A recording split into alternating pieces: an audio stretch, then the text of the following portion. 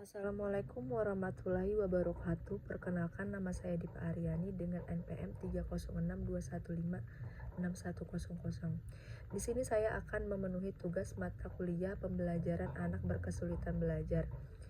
Dan di sini saya akan menjelaskan 10 macam masalah yang dihadapi anak dalam berkesulitan belajar beserta gejala dan cara mengatasinya. Yang pertama ada kesulitan membaca atau disleksia.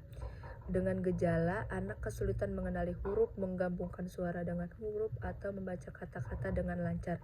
Mereka mungkin sering membalik huruf atau kata.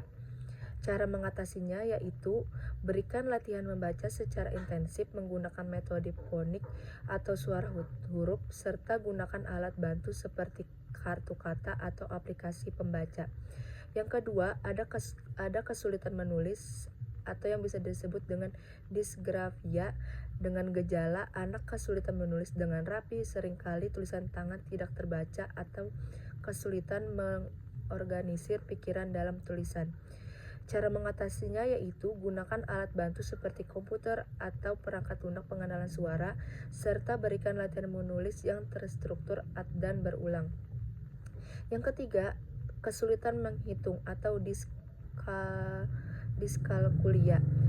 Dengan gejala, anak kesulitan memahami konsep angka, melakukan operasi matematika dasar, atau mengingat rumus matematika. Cara mengatasinya yaitu gunakan pendekatan visual dengan bantuan gambar atau benda nyata atau manipulatif, serta ajarkan konsep matematika secara bertahap. Yang keempat, ada kesulitan memusatkan perhatian atau dengan disebut ADHD. Gejala anak mudah teralihkan perhatian, impulsif, dan kesulitan menyelesaikan tugas. Mereka seringkali tidak dapat duduk diam atau mengikuti instruksi. Cara mengatasinya yaitu dengan cara ciptakan lingkungan yang bebas gangguan, berikan tugas yang terstruktur dan terbagi dalam langkah-langkah kecil, serta gunakan teknik penguatan positif untuk memotivasi.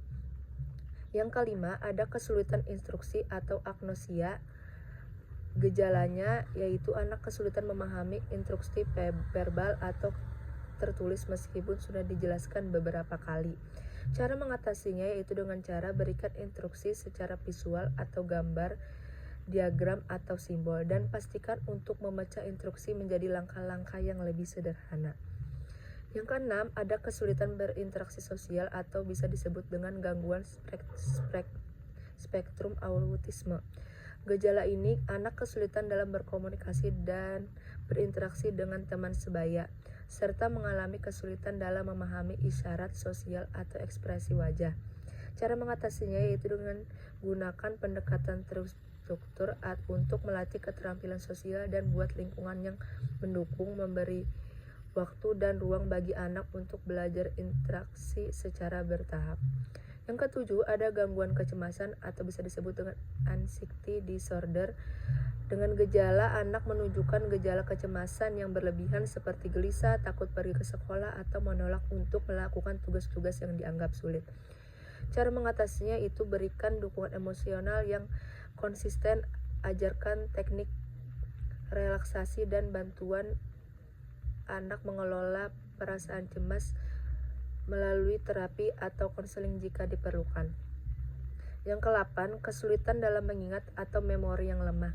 Gejalanya, anak kesulitan mengingat informasi atau instruksi meskipun telah diajarkan berkali-kali.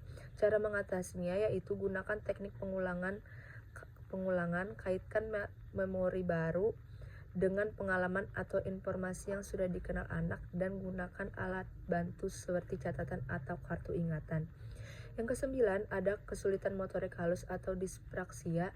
Dengan gejala, anak kesulitan dalam keterampilan motorik halus seperti menggambar, menulis, atau memegang pensil dengan benar.